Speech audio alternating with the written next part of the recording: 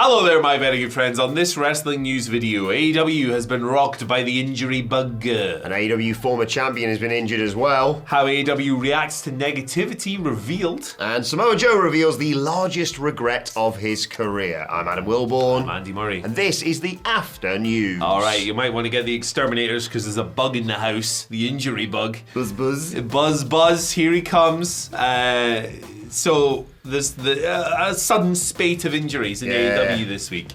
Yesterday we spoke about Jay White and his problem. He was pulled from the Owen tournament. Since been revealed that he has suffered a suspected broken hand and that he's not going to be out for ages or anything like that. But you might get a little bones. You need your hands to wrestle, don't you? Really? Yeah, you do. Unless he's going to come back as a heel, wear a cast and knock mother effers out. Or a hook. Yeah, he could. Identify hook. There you go. There you Perfect. He could skewer the bug, the injury bug. Come here, bug. But yeah, got a couple to talk about here. The first one is Mark Davis. He actually got injured wrestling Powerhouse Hobbs last week, and that is why their match was so short. That makes a lot of sense. It was only 2.5 minutes. This is Fightful Select reporting on this. Now, there's no word on what exactly has happened, what kind of injury he has, but he is only going to be out for about 4 to 8 weeks. Good. So that's good. AW sources were horrible. They felt horrible for Davis because he obviously has just come back from like a year out. Yeah. A serious injury he's come back from. He comes back, gets another one. The poor guy. It sucks. It feels like recently he's been picking up a fair bit of momentum as well as a member of the Callis family. He's been having these opportunities in singles matches. I really like what he's done with his look. Me too. He looks like a proper old school, big, beefy dude, like a Stan Hansen type mother guy. Mother guy. I was going to say mother effer again, but better not do that. It's a bit early for swear words, but I like Mark Davis and I wish him all the best. I'm glad it's quite short. Yeah, that's the only saving grace here, isn't it? Because this sucks for him. Because like you say, he was away for so long. A lot of people wondered what he was going to do with Carl Fletcher going off and doing amazing on his own, where Mark Davis was going to fit in. But I think, the way they've done it with him being brought in as a servant, basically, to the Don Callis family and just kicking ass left, right, and centre is awesome. Guy who doesn't really want to be there. Yeah, it's good. But he'll do it. Because he's a bad mother. But get well soon. Speaking of injuries, let's stick with AEW and talk about Orange Cassidy, who Fightful Select has learned has been sidelined with an injury, a possible torn pectoral muscle, apparently. The Cody injury. No specifics on this, but one can speculate that it happened in that match against Ricochet and Mike Bailey, of course. He subsequently pulled out of appearances. No word on his return timetable or any surgery if that's needed or whatever. But you can anticipate he's going to be out for a while with a torn pec. Yeah, it's the Cody bruise injury, isn't it? It's rough. It's rough. Orange Cassidy, interesting case, I think, in AEW. Obviously, very popular, very successful in AEW International Championship reign was great. I feel like maybe in the maybe this is a Death Riders problem, I don't know, but in the Death Riders story I felt a bit of staleness creeping in. I agree, yeah. Perhaps. But you certainly, so you don't wish injuries on people, obviously. These are rough, terrible situations. And I hope that he makes a quicker recovery than anticipated, whatever it's going to be, whatever the score is. He's someone who's always going to be booked really well in the company because they love him. Tony Khan dresses up as him on Halloween. He's done it at least once. So there you go. I was trying to do the thumbs up. I'm trying to figure out how Orange would do a thumbs up because a thumbs up is lazy, right? But thumbs down, it's like gravity. That's a good point. Would it fall? Yeah. Would he just let it droop and then it'd be normal? I don't know. I tried to find an image of him with a thumbs down for the thumbnail today. I couldn't find one anywhere. Just to flip the hand, make it look weird. See, I tried to do that. It looked like ass. So I don't have I could have got some little AI robot to do it, but screw that. Just get a picture of Orange Cassidy being chased by the injury bug. Just make a character. There you go. But we gotta get rid of this bug, man. Gotta get rid of it. Get rid of it. We've got a little zapper for bugs in our house. It's like a little base tennis racket. You press a button, it electrifies, and they just bzz. Just smash them across the room. Smash a wasp out of the sky, man. It goes bzz, and it sparks. Yeah, it's awesome. It's awesome. And then this little wasp writhes on the floor for a second and goes bleh. I don't mind doing it to wasps. Wasps are pure evil. Yeah, bees. Bees, I'll look after a bee. I'll put a bee in a glass. Yeah. And then go, see you later. Be free. I'm not killing a bee. Though apparently if we kill bees, the world will end. Yeah, we need to look after the bees. How's that work? It's something to do with the honey, I think. We can't run out of honey. Yeah. Anyway, honey's a scam apparently. Is it? Yeah, What's Big Honey doing? I think Is the honey monster behind all this? I think he is. I think he's pulled a crypto rug. He's in league with Hawk Tua. Right. Okay. Hawk Tua Honey. What is this? Get well soon to Orange Cassidy and Mark Davis. Yeah, oranges are not a scam. They're legit. No, they are legit. And I sort of echo what you say though about Orange Cassidy in terms of you don't wish an injury on someone, but maybe it's a sort of good timing in terms of go away so I can miss you a little. Yeah, like I wouldn't mind a little break from the character, but certainly not via a torn peg. No, you wouldn't say, I hope you get injured. Yeah, I hope you get injured. That's the kind of thing nasty guys on Twitter say. Do you reckon they're like lots of bed rest and he's just like, I'm lazy, I don't move about anyway. Yeah, this is fine. Yeah. He's just sitting there You've like... recovered in a week, sir. Yeah, I haven't moved, that's why. He's probably fired up actually. Yeah, you'll be back next week. Yeah, job done.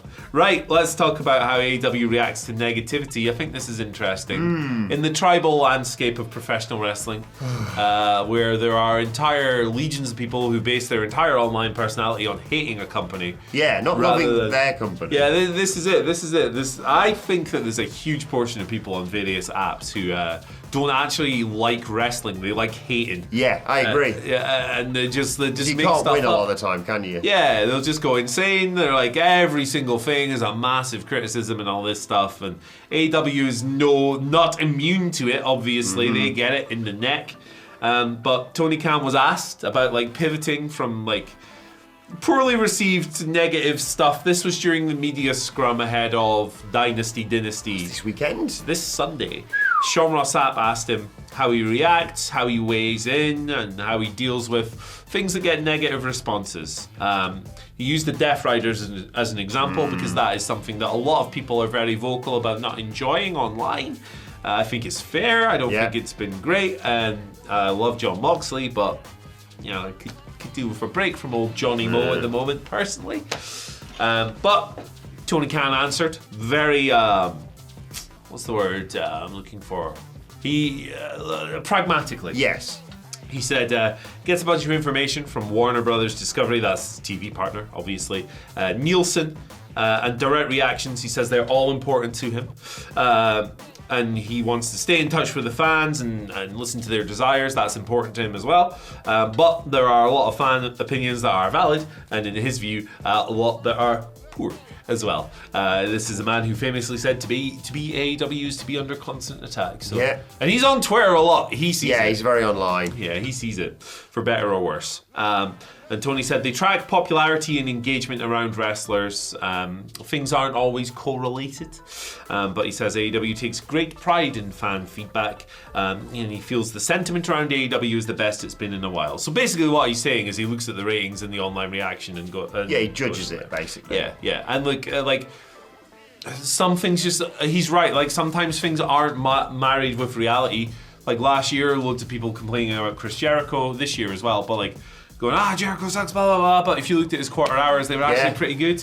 So it's like sometimes the online thing is completely disconnected from the reality. Yeah, we get a real sense of this being in this bubble, don't we? Sometimes you think, oh my God, this is the biggest thing in the world. And then you stick your head out and ask someone who's not in it, and they're like, oh, we don't care. Yeah. Like the whole Jey Uso thing of like, no. And I look at the reception he gets. Look at all the t-shirts he sells. Like, come on. Like, it's not see why they did it. It's just not real sometimes, is it? It's just made up phony nonsense. I think this is kind of the only way Tony can do it, really, because if you change your story week by week based entirely on what people say online, then you'd never be able to satisfy. You'd always be tinkering and changing things. Your storytelling would be all over the place. You're right, to say that they should factor in who's popular. Yeah.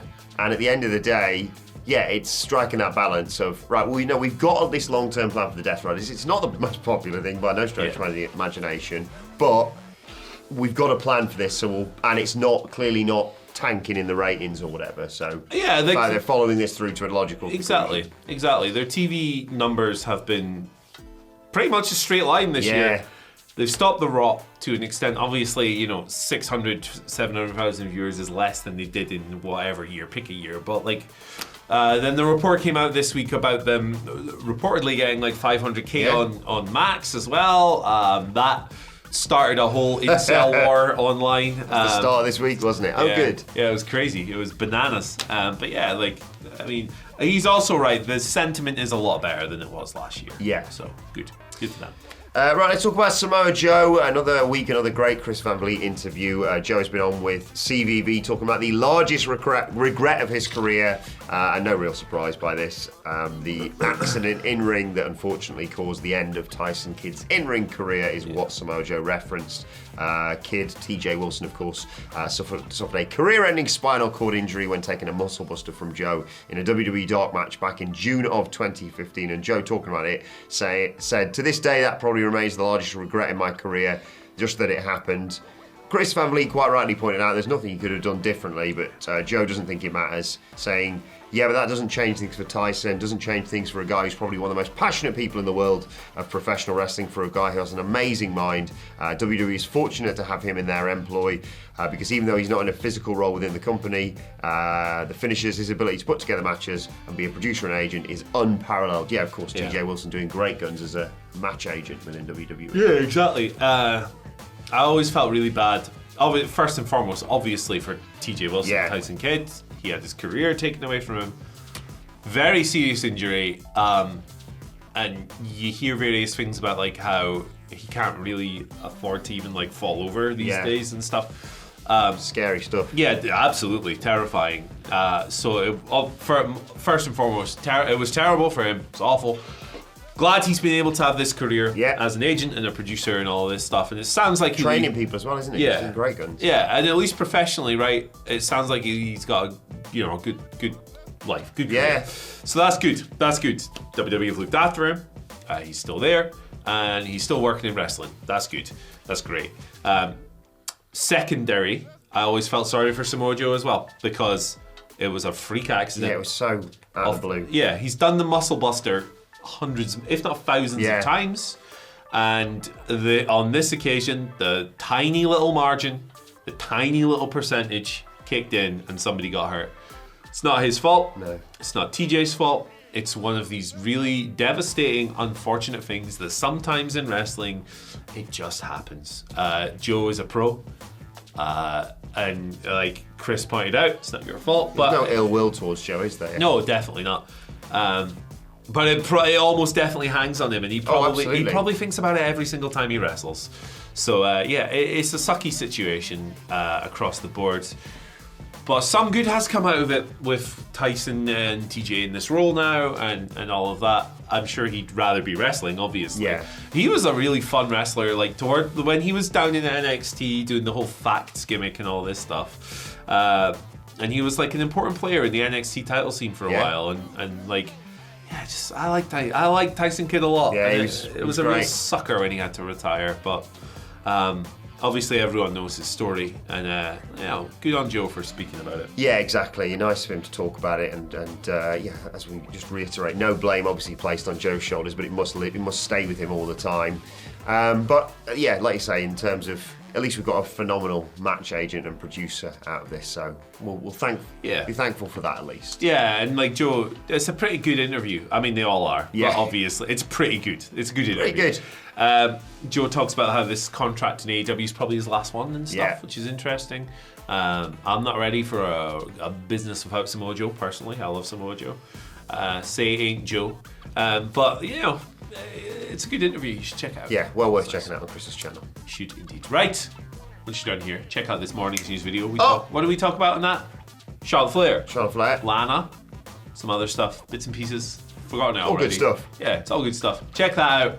And listen to the Beastie Boys. Check it out. Bye. Bye. Yes.